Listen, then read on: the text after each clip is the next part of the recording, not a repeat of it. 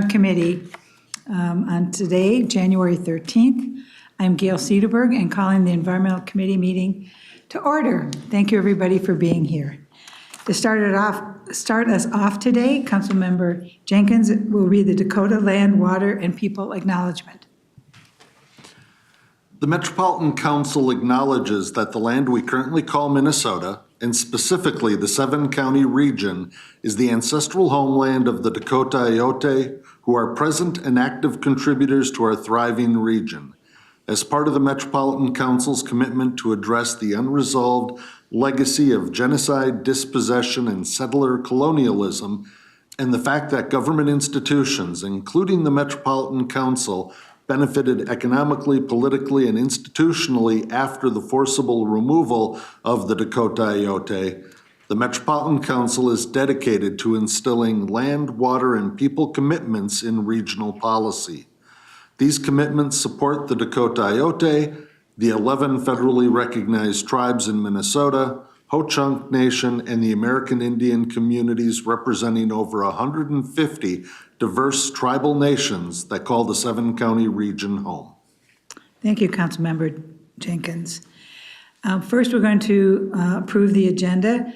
We've received a modification to the agenda. One of the items on the non-consent business, item 2025-311, has been removed and will be presented in February. So seeing that, are there any other comments on the agenda? Seeing none, without objection, the agenda is approved. Thank you. Next on the agenda is to review the Environmental Committee minutes from October 28th, 2025. Are there any edits or changes to the draft minutes? Seeing none, is there a motion to approve? So moved. Second. Thank you so much. Moved by Councilmember Jenkins, seconded by Councilmember Wolf. Any discussion? Hearing none, all those in favor say aye. Aye. Opposed? The motion carries and the minutes are approved. We have one item on our consent business. Do I have a motion to approve the consent agenda? Make a motion. Thank you, Councilmember Carter. Second.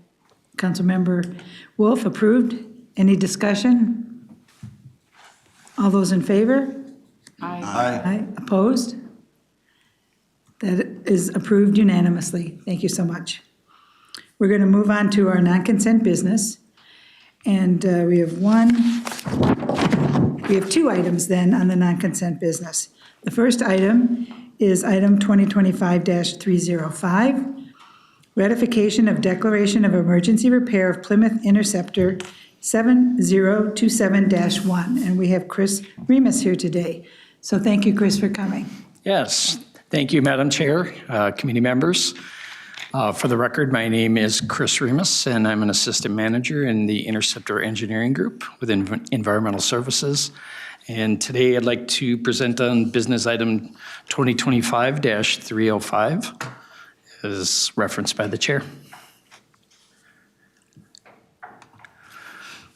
So I'd like to just share a brief summary of the emergency declaration process, just highlighting a few of the points. One part of the process, determination is made that carrying out competitive bidding process prescribed by the Council's procurement policy would unacceptably delay the commencement of work. An emergency declaration document is prepared and signed by the General Manager of Environmental Services. And ultimately, emergency declaration is ratified by the Metropolitan Council if the cost to correct the emergency exceeds $175,000. And that is one of the steps of why I'm here today. So just a little background and summary of the emergency. So during the construction of MnDOT retaining wall, the Interceptor 7027 was damaged, and that is shown kind of the southerly pipe. It is a dual force main system along Trunk Highway 55, and that little north-south road in the middle is Ottawa Avenue, if that helps ground you in the area. The red area shown is the approximate area of damage. It coincides with the existing project. Impacts to the pipe include damage to the exterior coating, cathodic protection system, and one of the joints of the pipe was dented and damaged. So impact at this point will be evaluated if the pipe can continue on long-term service in its current condition. We've had a little time pass since we were going to be here in December. So I think a lot of that has been evaluated, and we're beyond the joint that we'll excavate and look at that, but we think we have a remedy for that too, to maintain the pipe in service. And then at current state, it is dewatered, and we did look at the interior of the pipe to see if there is any damage to that as well, and I did not find anything that would say that we have to do anything further at this point in time. So just a few photos to share. I'll just start on the top left is the joint I referenced. It appears it maybe got hooked or caught during excavation. So we'll excavate around that, clean it up, and most likely find a wrap or a coupling that will keep that joint intact. The one on the far right is the damage to the existing coatings, where the excavation peeled them back and exposed the bare metal of the pipe. So that will be another step that will, when that gets re-excavated, that we will coat that and protect the pipe in that manner. And then the bottom left appears to be part of the cathodic protection system, maybe the testing wire that was also impacted with the excavation.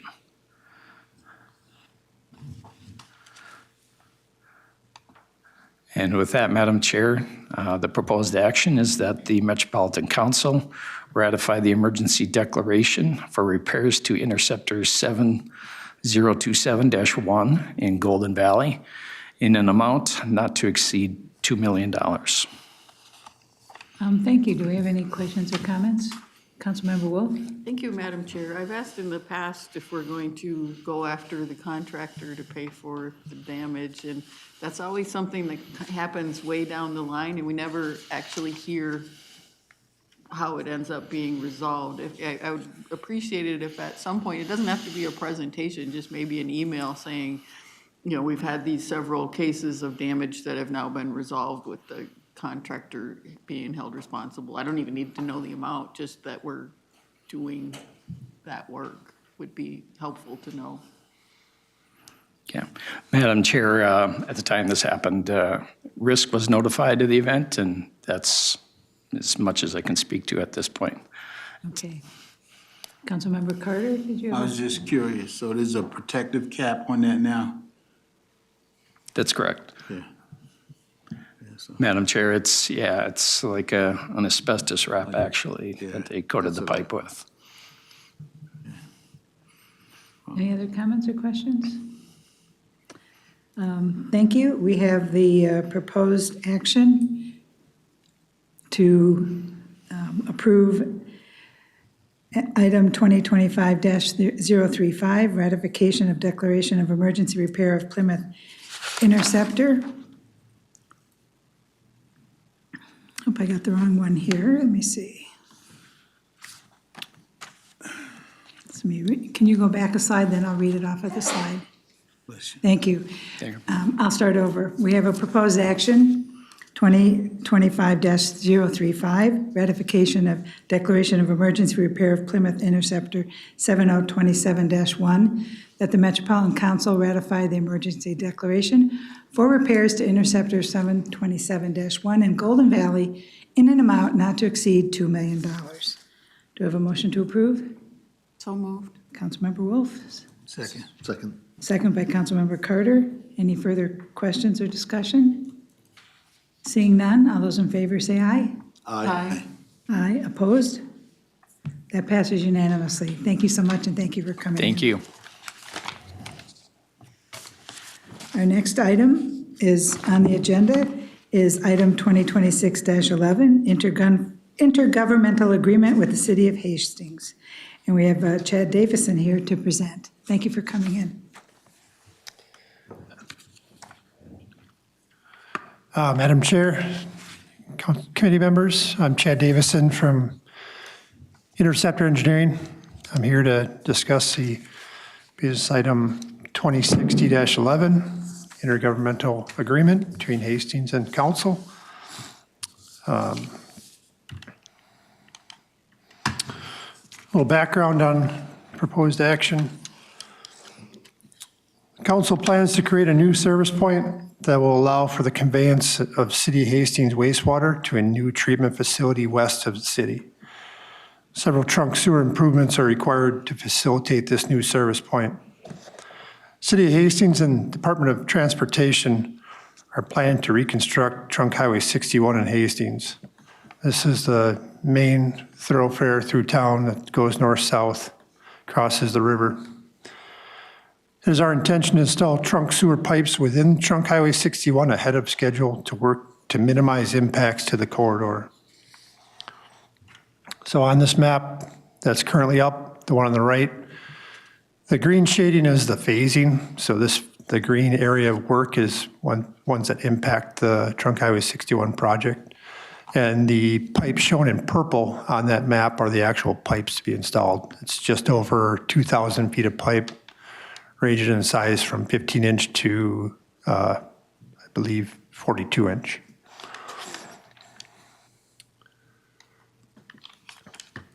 So, our proposed action that the Metropolitan Council authorizes the regional administrator to negotiate and execute a cooperative construction agreement with the City of Hastings for the installation of a new trunk sewer pipes associated with providing a future new sewer service point for Hastings. Environmental Service Project number 809530 for an amount not to exceed $7 million. Well, thank you. Do we have any questions or comments? I know Councilmember Lindstrom. I would benefit from an update on where we stand with the proposed Hastings treatment plant. It was on the table, then it was, I thought it was off the table, and maybe it's back on the table. Yeah. Not sure. Maybe I missed something, but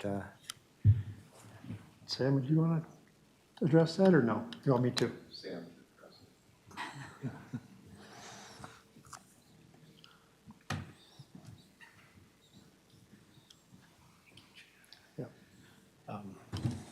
Good afternoon, committee members. I'm Sam Paskey, Assistant General Manager for Planning in the Environmental Services Division.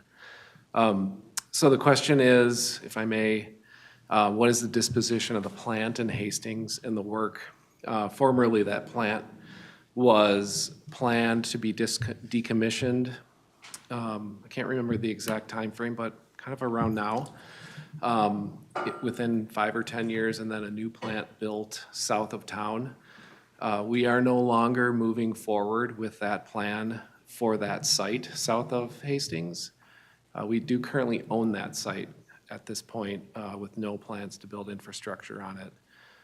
Although maybe hockey parking is a topic right now, near and dear to the council and the city's heart.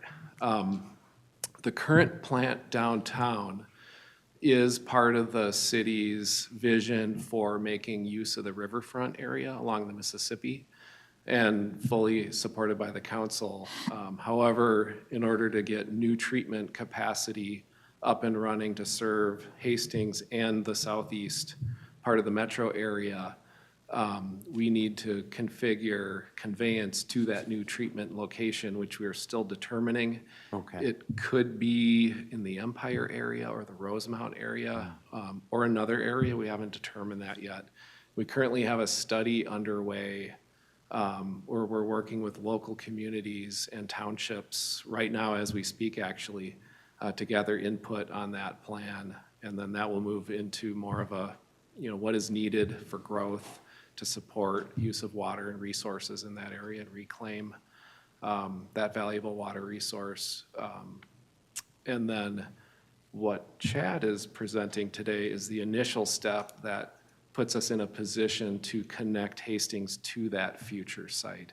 So you'll be hearing more about that southeast planning work, that's what we call it internally, as we go. Can't promise exactly when, but probably in the near future, where we have some findings from the local folks that we'd like to share and a little bit more clarity on the timing of the overall effort. Councilmember. So just to summarize, the south of the city is off the table. But a new treatment plant could be a possibility, or it could be routed to Empire. Correct. Okay. Thank you. Thank you so much.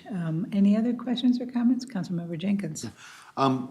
Just checking, so Highway 61 reconstruction went through the TIP process. We're looking at 2028 then, probably for this project as well, as part of that reconstruction? Thank you, Madam Chair. Yes, that is true. 2028 is the scheduled date or duration of the reconstruct project. This is ahead of that to work with the city and MnDOT's design team to make these pipes part of that project. Okay, thank you. Thank you. Any other questions? What we have today is the proposed action that the Metropolitan Council authorize the regional administrator to negotiate and execute a cooperative construction agreement with the City of Hastings for the installation of new trunk sewer pipes associated with providing a future new sewer service point for Hastings, ES project number 809530, for an amount not to exceed $7 million. We have a motion to approve? So moved. Second. Moved by Councilmember Jenkins, seconded by Councilmember Carter. Any further discussion or comments? Seeing none, all those in favor? Aye. Opposed? Thank you, that passes unanimously, and thank you so much for coming and talking about the project. Thank you.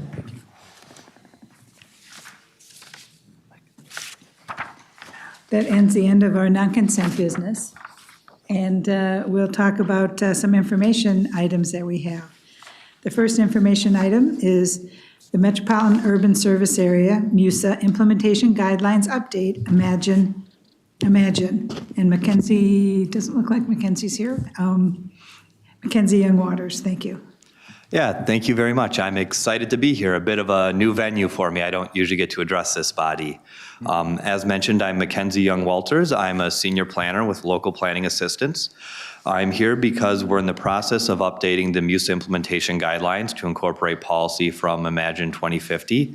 And one of our proposed changes for a land use inefficiency surcharge, or the option to charge a land use inefficiency surcharge, the CDC asked us to bring this before the Environmental Committee for your input. So that's going to be the primary topic of discussion today.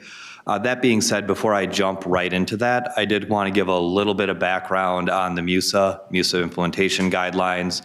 The current guidelines that we have that relate to subsurface treatment systems, proposed changes with regards to that land use and efficiency surcharge, and then update you on next steps, and then listen to any feedback and respond to any questions you may have. So just starting off really high level, what is the Metropolitan Urban Service Area, the MUSA? It's, at its heart, it's what is and what will be served by the regional sewer system during the planning period. Now, the MUSA is more than just the sewer service area. It's also water service, it's transit service levels, but 9 times out of 10, when a community is talking about the MUSA, what they really care about is, are they getting sewer, when are they getting sewer, and where will the sewer be? So it does tend to focus very heavily on that in our conversation with cities. And it is ultimately our commitment to provide that service to communities. Generally, it's very closely related to community designations. Communities that are in the urban service area are within the MUSA. Generally, communities in the rural service area are not. Rural centers are a little bit of an exception to that rule because while they operate on their own treatment systems by and large, they are part of our long-term service area, so they are considered to be part of the MUSA. And the community designation we assign cities is based in a large part on MUSA service as well as where they are in the development cycle in terms of how much greenfield development capacity they have left, and some other factors. I mentioned community designations because that relates directly to our policy expectations for communities. Imagine 2050 includes forecasts, assigned community designations, and it also includes our system plans like the water policy plan, which is where the wastewater system plan is nested. That wastewater system plan is our commitment to provide sewer growth, and all city plans need to be conform to that plan, be consistent with that plan, and then be compatible with their neighboring communities. When we talk about conformance, what we're really looking at is the community planning to accommodate its forecasted growth, and are they providing sufficient land area and reserve to accommodate growth out past the 2050 planning cycle? And that high-level policy is implemented at the community level through their local comprehensive plans. Comprehensive plans are a community's vision, and they guide growth and development within the community. They determine where, how, and when growth will occur. Comprehensive plans also have a capital improvement plan that has a sewer and water component, details when they're making infrastructure investments, when different things will come online. And any decision that a city makes with relating to its zoning, site plan approval, subdivisions, does have to be consistent with the comprehensive plan. A huge part of how cities manage that growth is their staging plan. So staging plans typically are broken down into 10-year increments, and they're determined by how quickly the city's growing and using its available land inventory, as well as city infrastructure investments. So a city might, for instance, have a section in the south that it doesn't anticipate developing until 2040 because they're waiting to construct a lift station. That would be outlined in their area capital improvement plan and then reflected in the staging plan. When cities update their comprehensive plans, one of the things we are reviewing is to make sure that our wastewater system can handle the proposed growth that's coming online in the proposed decades, in the proposed locations. So we look very carefully at these staging plans to make sure it aligns with our own system plans. This is an iterative process. Comprehensive plan amendments can alter the staging table. And when cities are planning on different areas to begin developing, and we review that against our plans to make sure we're making the necessary investments to accommodate that growth. We are continually monitoring the development we see, comparing what's planned with what is actually developing. We do that through the comprehensive plan amendments we receive, sewer connection permits. We have a plat monitoring program where areas in the developing edge submit sewered residential plats, and we can look at that and see what's actually being developed, as well as building permit data. And our goal in tracking this is to strike a balance in making sure that the municipal urban service area has enough land to facilitate development and not artificially increase the cost of land by constricting supply, while making sure that we're not unnecessarily investing in infrastructure and opening up areas for development before it's actually needed, contributing to sprawl and inefficiencies in our system. So the MUSA implementation guidelines, at their heart, focus on striking that balance. Little bit of history is the first MUSA was established in 1986, and it was the year 2000 MUSA. Almost as soon as we established it, cities began asking us if the boundaries could change. Developments came up, growth came up in a different way. And so we realized I wasn't around, but the Metropolitan Council realized very early on that we needed a system to fairly and transparently evaluate requests to expand and alter the boundary. And that gave birth to the MUSA implementation guidelines. Since they were first established in 2004, they've been updated pretty much whenever we have a new regional development guide. The regional development guide will always have new policy, and we update the MUSA implementation guidelines to reflect and incorporate that policy. So most of the changes that are being proposed right now are boring land use policy stuff that's pulled directly from Imagine 2050. But in addition to that stuff that really relates to land use and density policy, we do have stuff that falls much closer to the environmental Committee and the sanitary sewer systems and environmental resources. An example of that is in 2017 when the MUSA guidelines were updated to incorporate Thrive MSP 2040. We'd adopted a policy in the guidelines that said that individual failing sanitary sewer systems did not need to be included in density calculations when they were connected to the system. You know, the idea was we didn't want to punish communities for doing the environmentally responsible thing. If they had a failing system on a 5-acre property, they could just connect it. One property wasn't going to have a system impact. We then, in 2023, amended the guidelines so that communal systems, so a communal subsurface system that's serving, you know, potentially dozens of homes in a developing community, we would expect them to have the land set aside to offset the density impact of adding that lower density development to the system to make sure it wasn't dragging down system efficiency and it was being offset by regional policy. This time around, what we're looking at is giving the Metropolitan Council the option to assess a land inefficiency surcharge in cases where where the Metropolitan Council is being mandated by another regulatory agency to connect an area of the metro that we had never previously contemplated providing services to. So that might be, you know, an example would be as if there was an area that was designated diversified rural, we'll say, or rural residential, and it had developed in a pattern of 5-acre lots, you know, a development pattern that would never be conducive to efficiently and economically providing sewer system. And the intention was never to extend our system to that area, but due to, you know, failing systems or environmental considerations, whatever it may be, we are going to be, the Metropolitan Council is going to be required to take on and connect that area to the system. That could have significant cost and significant impacts to the overall efficiency of the system.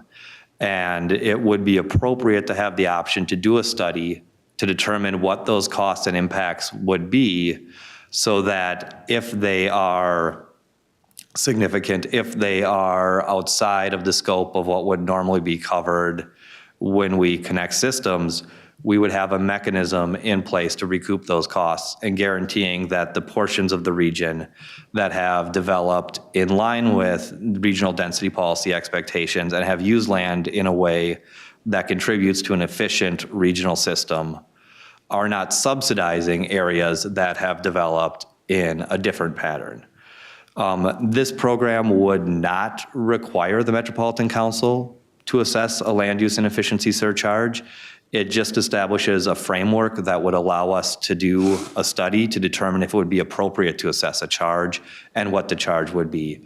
We anticipate that this would be a unlikely and uncommon situation, and that any situation where we were required to connect a large area would be, by its very definition, a unique one. So there's no blanket fee, no blanket charge assessed.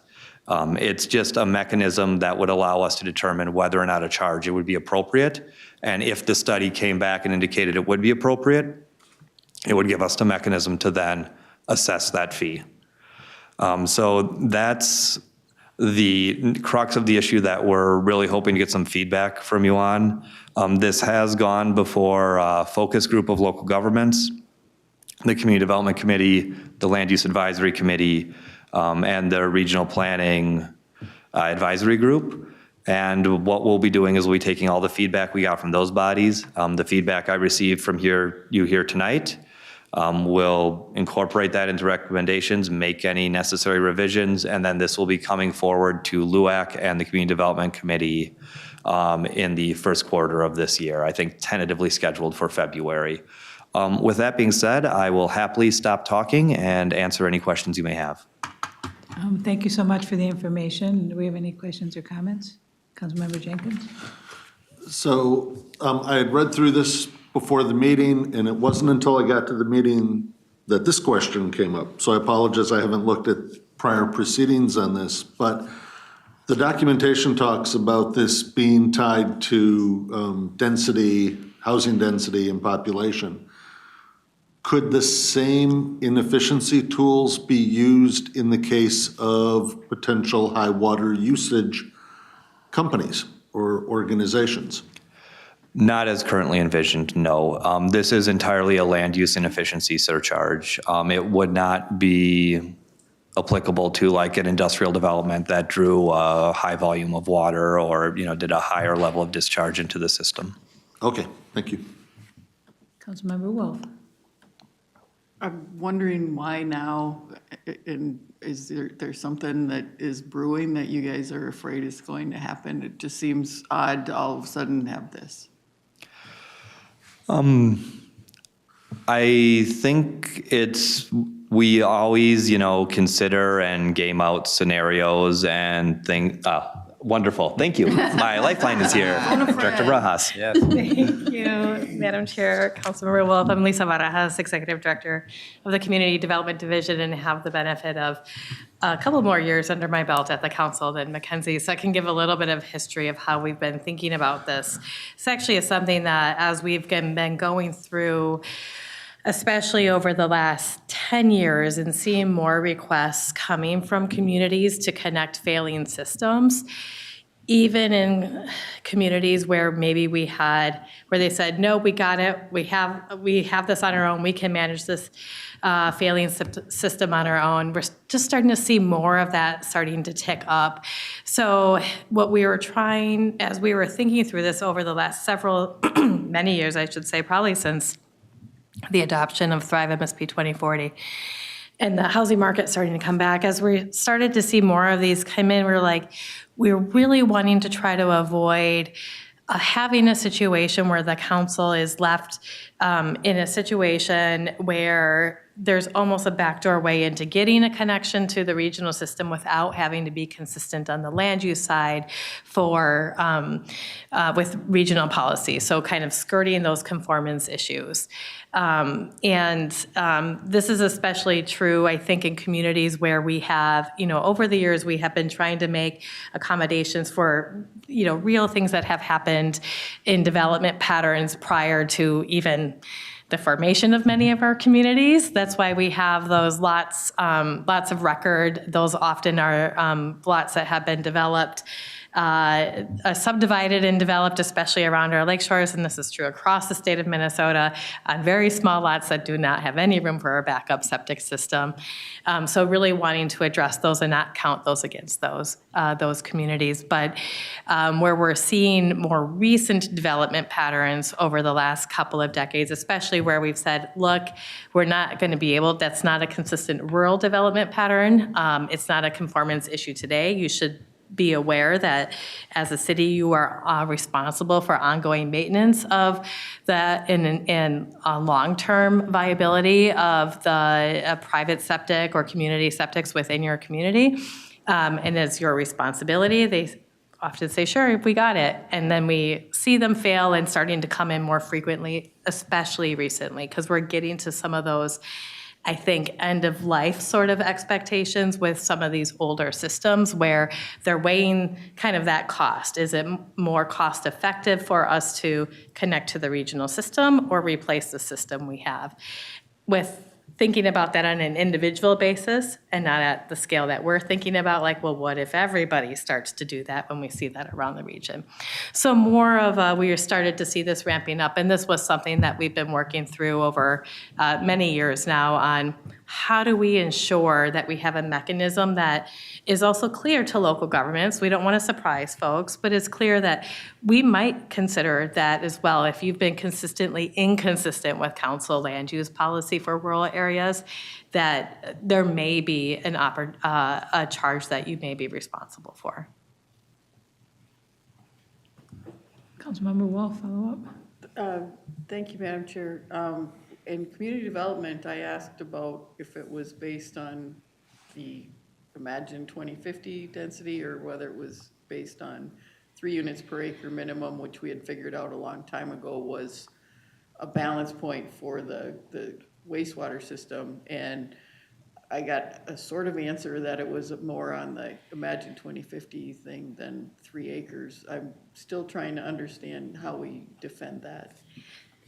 Thank you, Madam Chair, and thank you, Councilmember, for that question. I think that's part of the feasibility analysis that we'll have to consider. What would it look like if it were at 3 units an acre or whatever now the imagined density is, depending on when the area that is being mandated to be connected to the system, when it was developed, what were the rules in place at that time, what would our expectations be? So I think it's why we can't give like a hard answer like this would be the standard, because we want to be sure that we are, I think, considering all of those scenarios. And I think as part of any sort of analysis that would go into determining what that inefficiency charge would be sharing like these would be the different levels for consideration.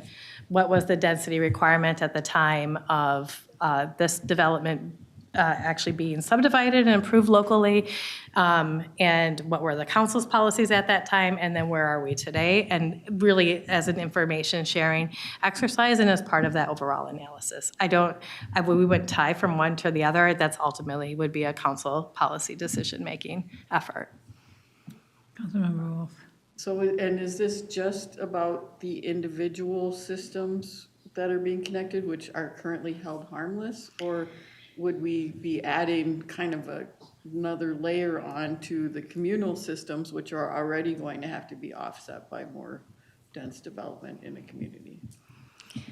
Madam Chair, Councilmember Wolf, that's a great question. We already have a mechanism for addressing individual systems. That's not really where we're too concerned about that. It's more where we have larger communal systems that serve a lot larger neighborhoods, or in some cases where we know potentially where cities would like to connect whole neighborhoods that might be individually served by septic, where we had not previously contemplated that before, and maybe they're not even being served today. So as a city, or maybe don't have this in their area. So the kind of one-offs, as cities have had those opportunities to extend sewer, and they have, they're going by existing lots of record, and there might be a handful of properties along the way. Those don't tend to have the impact. We're talking kind of in the dozens, more than dozens, sometimes whole communities where we're anticipating this sort of mandated effect. On those sort of one-offs, those are the things we handle on our day-to-day as part of the connection requests. Councilmember Lindstrom. Thanks. You talked about the council being mandated to connect, and I'm curious to know, one, have we ever been mandated to connect any one of these systems? It doesn't matter if the answer is yes or no, whether or not this is a good idea or not a good idea. I'm just curious if we've ever been mandated, and then who would do the mandating, or how would that come about? Would that be a court decision that a court says, the Met Council, you shall connect this system? Would that be a state regulatory agency that MPCA says thou shall connect? Or could it be one, the other, both, somebody else? Who would do the mandating, and has that ever happened before? Madam Chair, Councilmember Lindstrom, that's an excellent question. We do work, all of the options that you noted are potential avenues where that mandate could come from, in addition to the legislature also saying, council, you shall do this. The legislature has told us to do things that we didn't agree with, that were against our own policy. And I think a good example of that was kind of on the opposite side, where we had already planned for long-term sewer service in the city of Oak Grove. And 10 years ago, the legislature mandated that you need to let the city not have long-term sewer service, even though we had already put in wastewater investments up to the border of that city. So that's kind of on the opposite side, where the legislature might play that role. The Minnesota Pollution Control Agency might play that role, and certainly the others that you had noted as well. We do know of areas where there are large failing community septics that are not within distance of our wastewater system today, that we have been communicating with Minnesota Pollution Control Agency about, that at some point they're like, well, we're not mandating you to do this today because we know it would be a significant outlay for you as a region to serve this one development. However, that doesn't mean that might not happen elsewhere when we might be closer in proximity to that. So kind of just thinking through the variety of scenarios. If there was an instance where we had been required to connect, it might have been before my time here or early in my time here as well. Great, thank you. So I have a couple of comments and questions, and I think you've touched on quite a few of them with these subsurface treatment systems that are going to probably be failing in more of them, given that they are 20, 30 years old and they're at their end of their life, so to speak. I just want to make sure that there's enough gray in this document and that there's not a bright line, yes, no. You know, this is happening in my community in District 11, and you know, the whole feasibility cost analysis, who bears the cost of it, kind of looking at that. And in my community, it was, well, we can do it. However, you know, you're more of a rural designation, but you would still now have to do new density on not much land. There's not much land left to grow, and you don't have actually ownership of it to grow. So I'm hoping that in enough words here that there's enough gray to say, okay, it's not feasible to push, you know, the new land use density on the little bit of remaining land, given there's maybe no hookup to sewer or anything, but we can do this. And I just want to make sure there's enough gray, because I think we need to evolve and adapt.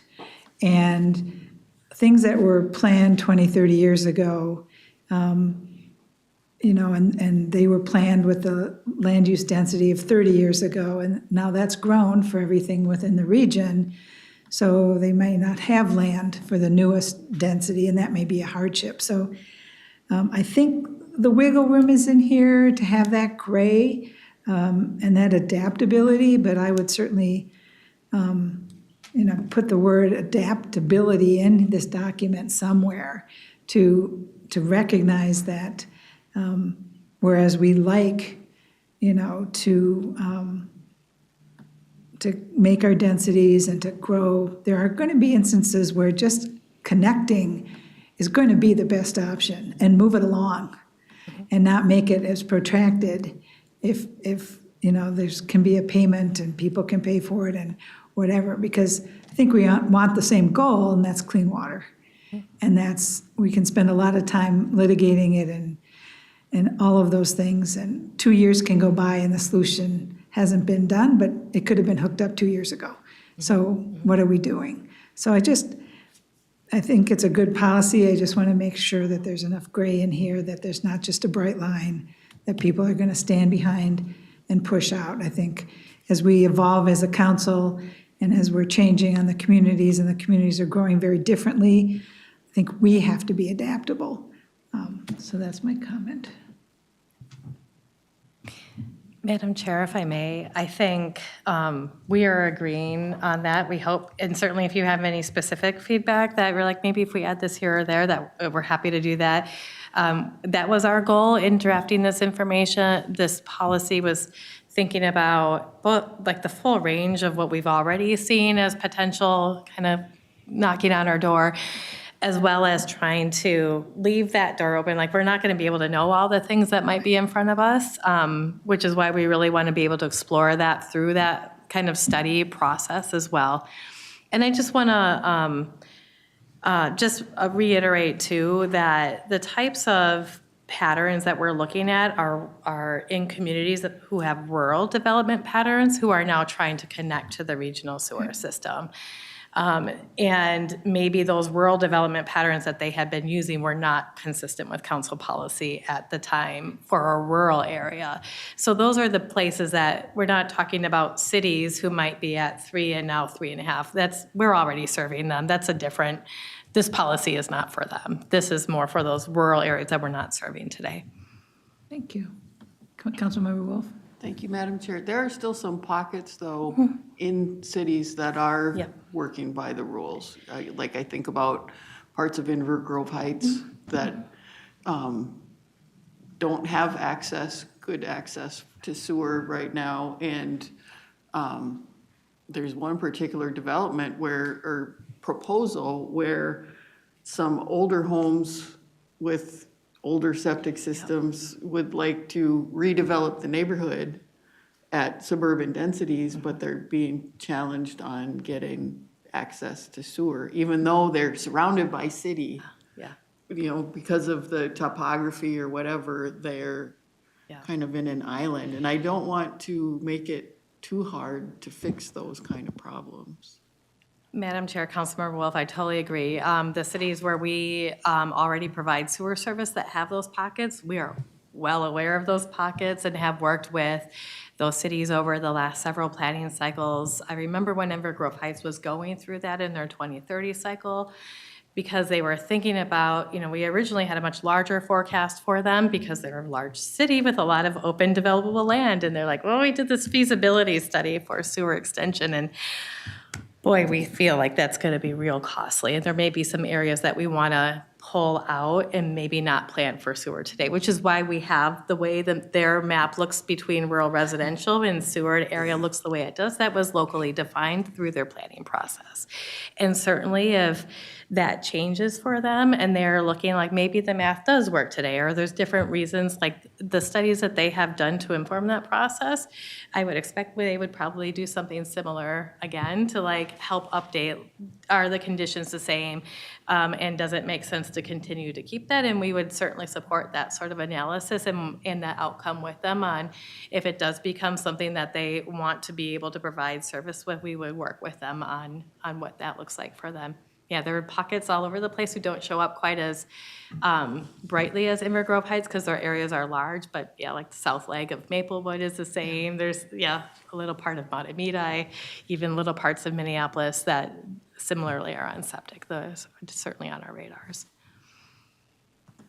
Well, thank you so very much. I think I appreciate all the time you've gone to go to all the groups and present this, because it touches on so many things, and I think that's really a positive way of trying to bring everybody in and get the engagement across the council, because it's so interdisciplinary and works across all of our departments. So thank you a lot. Councilmember Lindstrom? Yeah, just a couple of final thoughts, things that I like and don't like.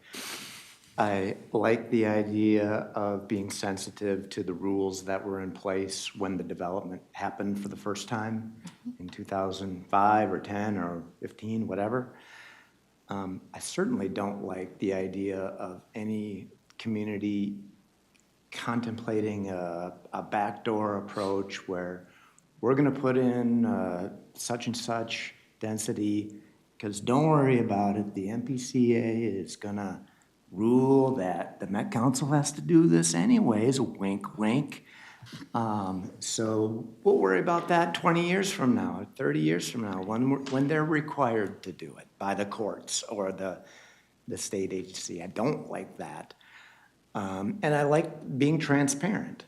Like, even if it comes down to a court decision or an MPCA decision, that could be terrible for the community, because they could say, yeah, you have to connect, but yeah, Met Council, you are allowed to recoup your costs.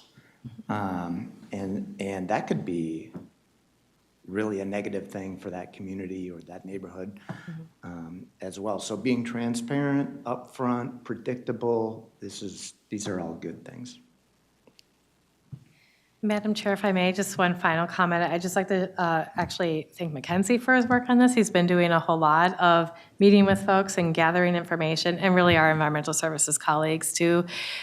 We have a lot of conversations over many years around how we advance and protect the regional system, as well as get the most out of the land within our region as well. So really appreciate partnership across the board.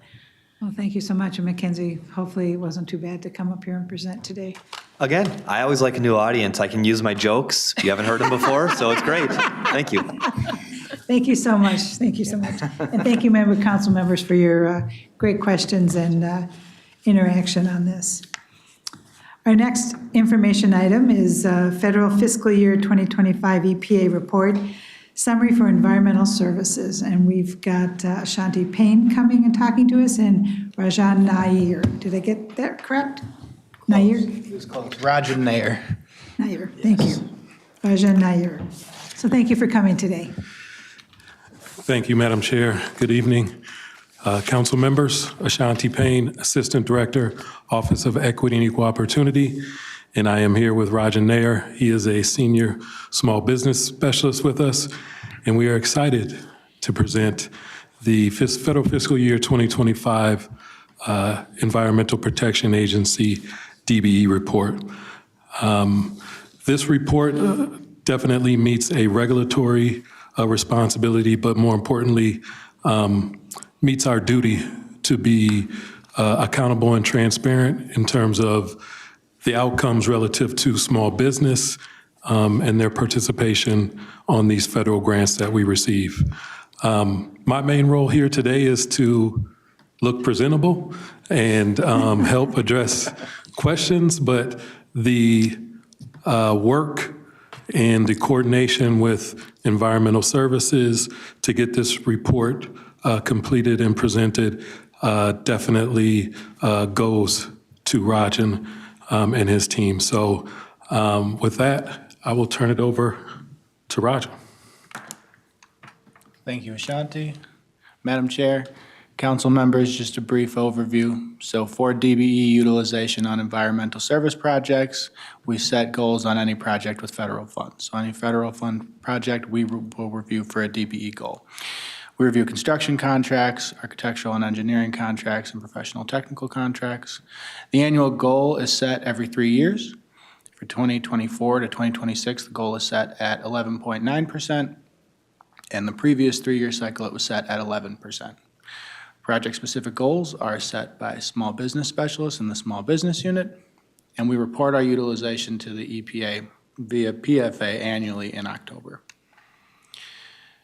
So we, in 2025, exceeded the 11.9% goal and achieved 13.06% DBE utilization for that time period. So of that 13%, 4.51 went to minority business enterprises, and 8.55 went to women business enterprises. So our total disbursement was $41.5 million, and of that $41.5 million, 5.4 went to our DBE firms, and those are the categories that we break that up and analyze, so construction, supplies, and services.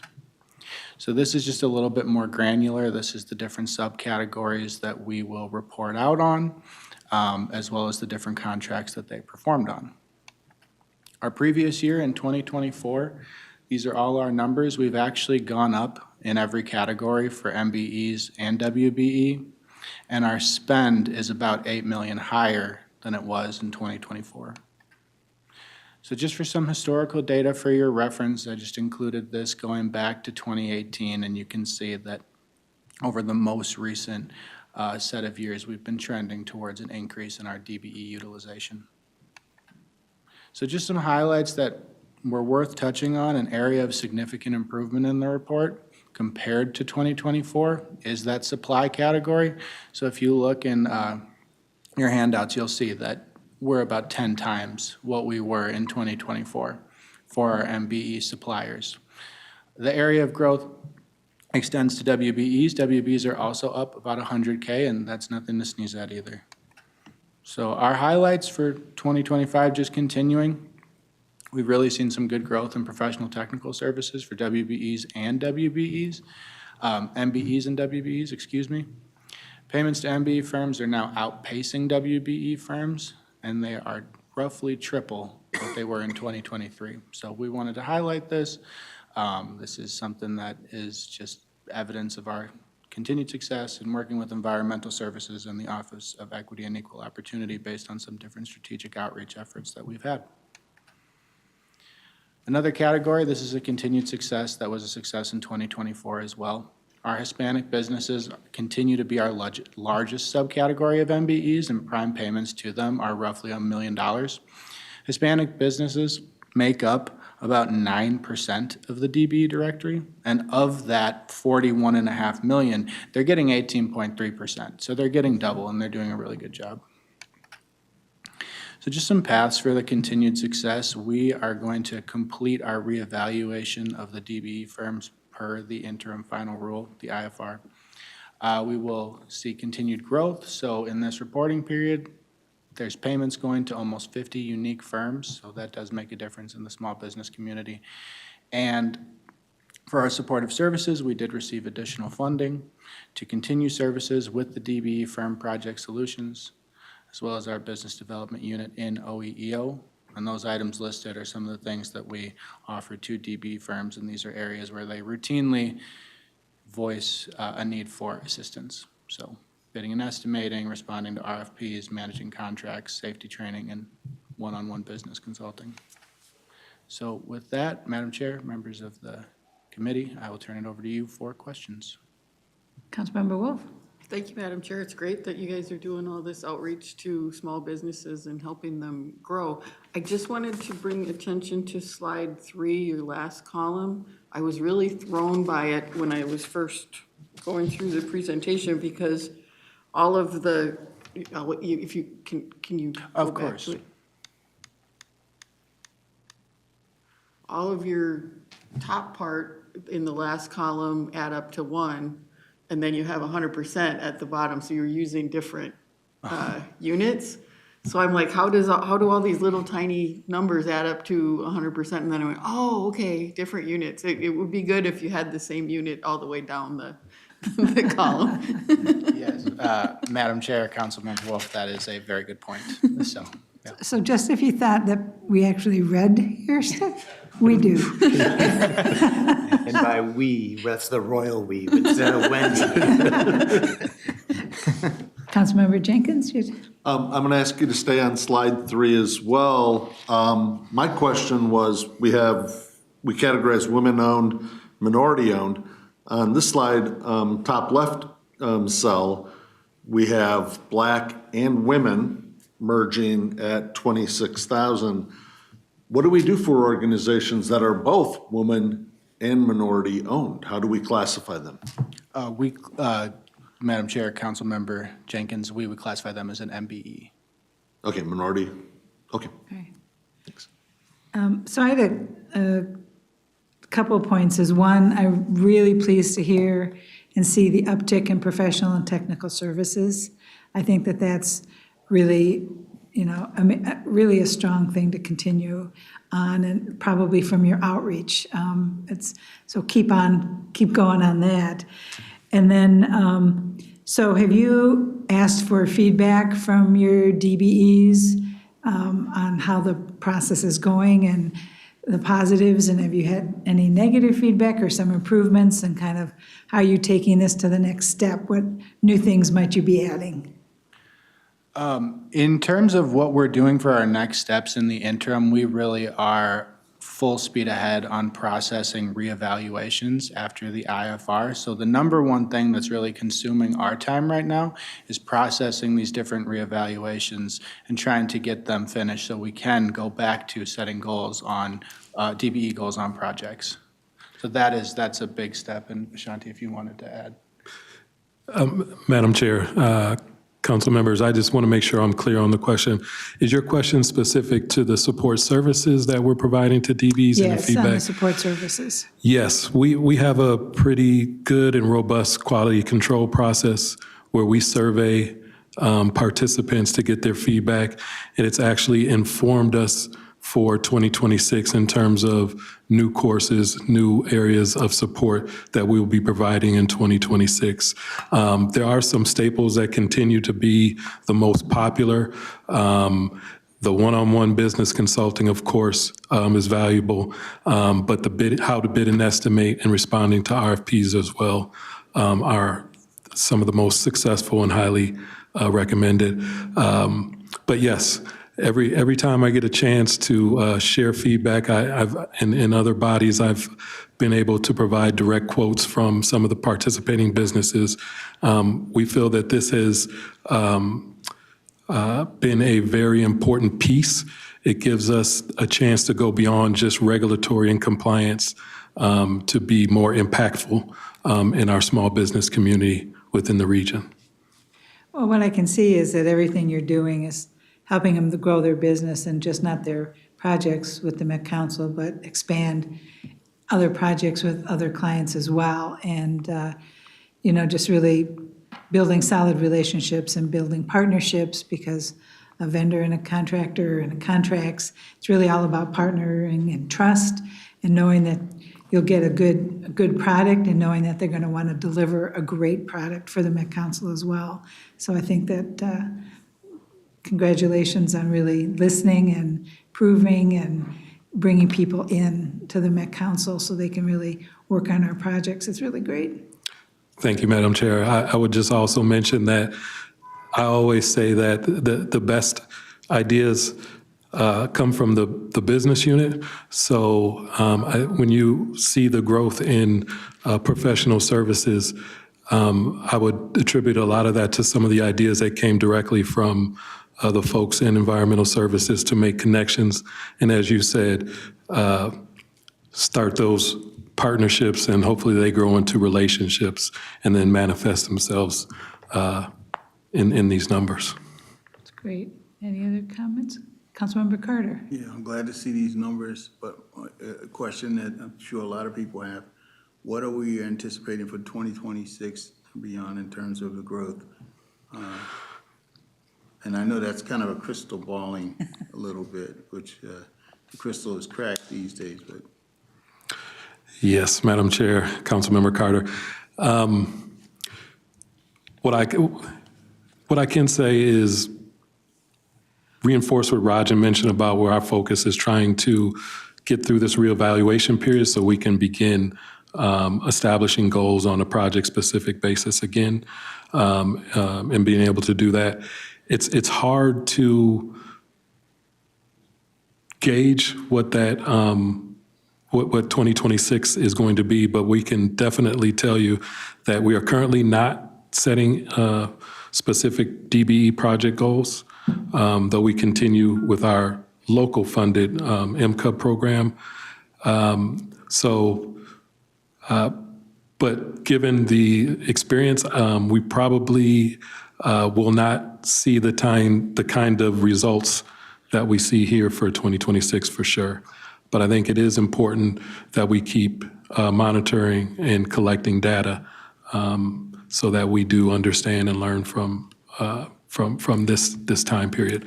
I'll also say that at the starting of this reevaluation period, I was very optimistic in terms of how long it might take. It's definitely a process, and it's going to take us a bit to get through it. Well, we appreciate it, and thank you for all. Thank you. Well, thank you so much, Rajan and Ashanti, for coming today. We look for great things, and we're hoping that 2026 will be a great year as well. Thank you. Thank you so much. Thank you. Thank you. We're on to reports. For me, my report is just looking forward to a great 2026, and I'm again asking, talk to Lisa here about whatever kind of tours we'd like to see this year. Let's get some on the calendar early. So April comes by pretty quick and the summer goes by really fast. So if there's things you'd like, send me an email, send Lisa an email, we'll get them on the calendar. Any other information items you'd like to hear about, let's get those emails sent and we can talk about that as well. So that's all I have. Anybody on the committee want to share anything? Councilmember Jenkins? Not 100% sure this is the right place. Maybe it's another meeting, but Councilmember Lindstrom and I were at an event and they talked about biochar. And I remember reading in my research that we have had some activities around that and some engagement. And I was looking to see if we can get an update on, because I think I had read that that program was on hold or on pause. So biochar. It's on the list. Okay. Perfect. Lisa, I've got one thing I've presented to the Arden Hill Shoreview Rotary this morning, and I was going to be talking all about the Met Council, but they got super interested about, guess what, water and wastewater, and kept doing this whenever I was talking about water, which was great. And one thing that I've been aware of for a long time, but I don't think is broadly known here at this table, or certainly in the broader community, is our citizen science that we do, where we have volunteers do lake monitoring. I think that's still a thing, is it? Hopefully.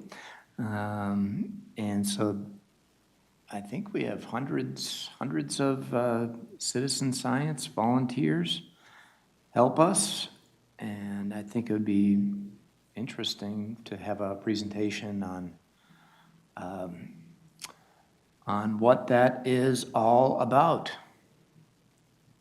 thank you. I think that's a good idea. And just to follow up on, the fact that you were giving a talk today as well, as people are out and about in their communities, if, there is an interest for having broader discussions about water or topics or wastewater and environment, reach out to Lisa and myself and other council members here in the committee, because, we can support you in any which way that your communities might want to hear about, or we can bring some other things. So the more we're out and about and talking to people, the more they'll be aware of what we do, how we do it, and things like that. So we're here to support everybody as well, and not just, we have a limited number of council members here, but your neighboring districts as well.